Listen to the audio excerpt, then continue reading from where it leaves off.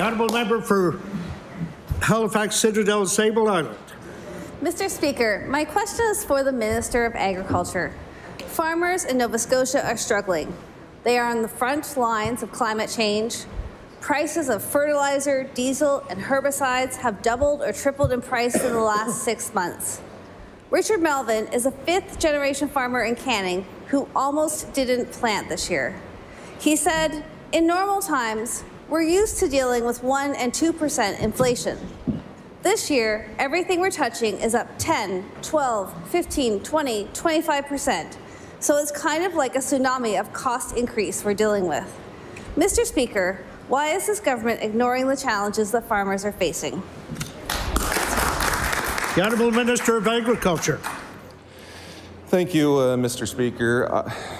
The government isn't ignoring this. I've just listed a number of programs that I can do them again if we want.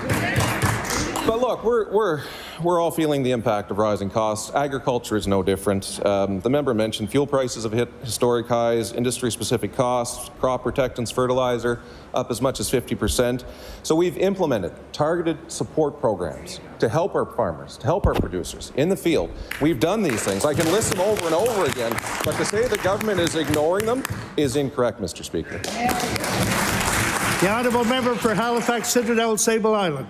Mr. Speaker, I saw the announcement at Masstown of the Nova Scotia Loyal Program, and it's still not clear to me, and I don't think it's clear to Nova Scotians, what the plan is for that program. And it's not going to help farmers this year who didn't plant or who won't exist anymore next year. Some farmers say they don't even know why they're bothering to plant this year. They know it will be a loss. Tim Marsh has been farming for 20 years. He says, I know of a lot of producers that are literally waiting until this fall to see where their books end up as to whether or not they're going to be able to go another year. This is an apt prediction.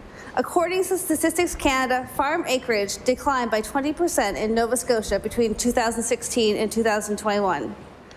Mr. Speaker, almost 2 months ago, the minister said the government was looking for ways to help. Question. He's outlined some options. What else is the government planning to do? The Honourable Minister of Agriculture. Thank you, Mr. Speaker. Look, the member mentioned a list. I can run through them again. And we're always looking at ways to help our farmers break down those barriers. But I'll say about Tim Marsh has been a good friend to me with the Nova Scotia Federation of Agriculture. We've had these conversations about rising costs, and he acknowledges these are worldwide issues that you can't help, but there are programs that we have put in place. The Limestone Trucking Assistance Program, the Wild Blueberry Pollination Expansion Program, deferred loans for the Farm Loan Board. Nova Scotia Loyal, as the Minister of Finance mentioned yesterday, you can't just unroll that. There's trade issues. You got to be trade compliant. There's a lot of factors that go into this. So we're always looking at ways to help farmers. Thank you, Mr.